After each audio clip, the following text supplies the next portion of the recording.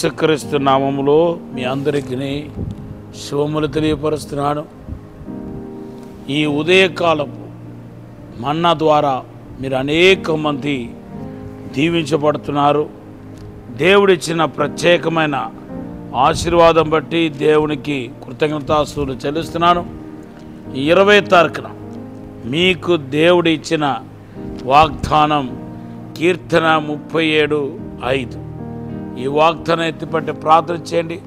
మీ జీవితంలో ఉన్న ప్రతి శోధన, ఇరుకు, కష్టాలు, కన్నీళ్ళు అన్నీ త్వరగా తొలగించబడబోతున్నాయి. మీరు దేవునికి అద్భుత కార్యం చూడబోతున్నారు. చూడండి, కొన్నిసార్లు మనం చేసే ప్రార్థన దేవుడు ఆలకించట్లేదు. మీరు ఎప్పుడైనా మీరు ఆలోచించారా? అసలు ఎందుకు దేవుడు నా ప్రార్థన ఆలకించట్లేదు? అనేక సంవత్సరాలుగా నేను ప్రార్థన చేస్తున్నాను, అనేక విషయాలు పల విషయాల కోసం ప్రార్థిస్తున్నాను.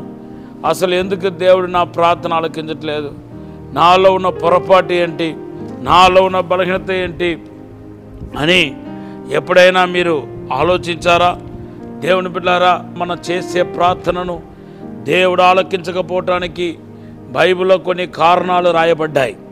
మీరు ఆ కారణాలు తెలుసుకొని జాగ్రత్త పడాల్సిన వారై ఉన్నారు. దాంట్లో ప్రధానమైన అంశం ఏంటంటే, ప్రభుకు విరోధముగా ద్రోహాలు, అక్రమాలు, పాపాలు చేసే వాళ్ళ ప్రార్థన దేవునికి హేయముగా మనం కనపడుతుంది. వాడుకలో ఉన్న ఒక మాట ఏంటంటే, దేవుడు ప్రార్థనను ఆలకించడు. ఇది ఈ వాడుక మాట అయినప్పటికీ ఇది బైబిల్ను ఆధారం చేసుకొని చెప్పబడిన మాటగా మనం గుర్తించవచ్చు. ఇర్మియా గ్రంథం 3వ అధ్యాయం 20-21, యెషయా గ్రంథం 59:12, తర్వాత విలాపవాక్యం 3వ అధ్యాయం 42-43. ఈ వచనాలు మనకు తెలియపరిచే సత్యం ఏంటంటే, దేవుడు మరి పాపుల మొరను ఆయన ఆలకించడు. ఈరోజు నువ్వు పాపములో ఉంటూ దేవుని భయం కొంచెం కూడా లేకుండా విచ్చలవిడిగా జీవిస్తూ ప్రవర్తిస్తూ ఒక తాగుబోతుగా, తిరుగుబోతుగా, అపవిత్రుడుగా ఈ లోకములో చలామణి అవుతూ, సంఘములో చలామణి అవుతూ, నేను ప్రార్థన చేస్తాను, నా ప్రార్థన కూడా దేవుడు వింటాడని అనుకోవటం బుద్ధిహీనత. ఇది దేవుని ఎక్కిరించినట్టు అవుతాయి. అందుకొరకు దేవుని బిడ్డలారా, దేవభక్తి కలిగిన వాడిగా ఉండి దేవుని సన్నిధిలో మనం మొరపెట్టినప్పుడే దేవుని బిడ్డలారా మరి మనము దేవుని యొక్క అసాధారణమైన అద్భుతమైన కార్యాన్ని చూడలేము. మన ప్రార్థన కూడా దేవుడు ఆలకించడు.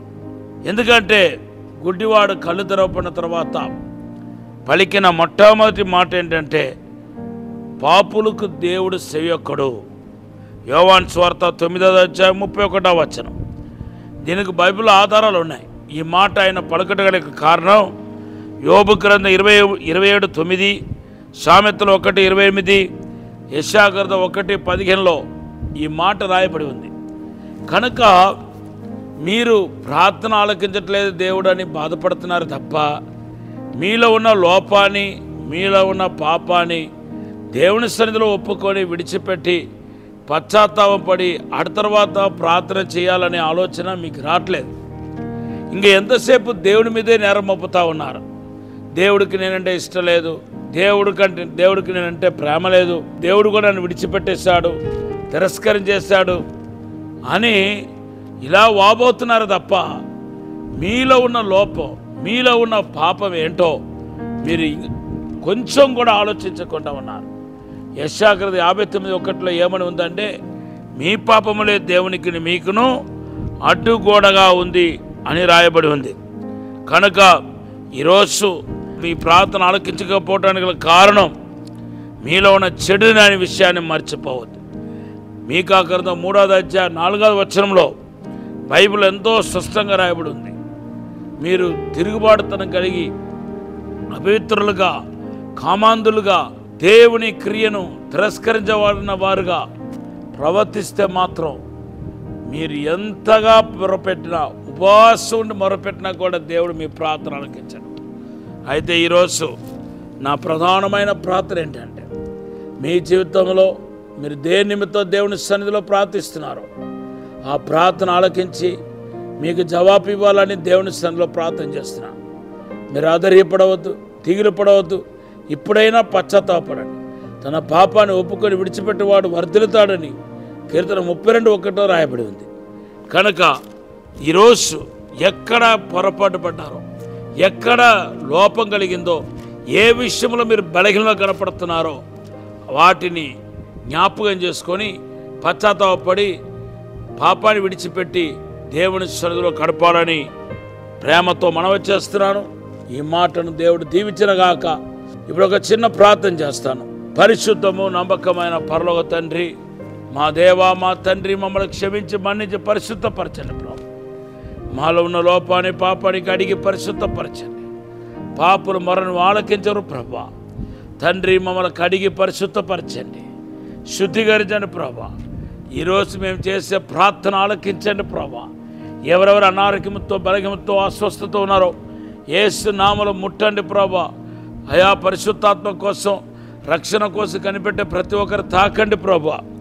అసాధారణమైన అద్భుతమైన కార్యం జరిగించి మేలు చేయమని, అద్భుతం జరిగించమని యేసు నామములో అడిగి వేడుకుంటున్నాము తండ్రి. Amen. Have a blessed day. God bless you.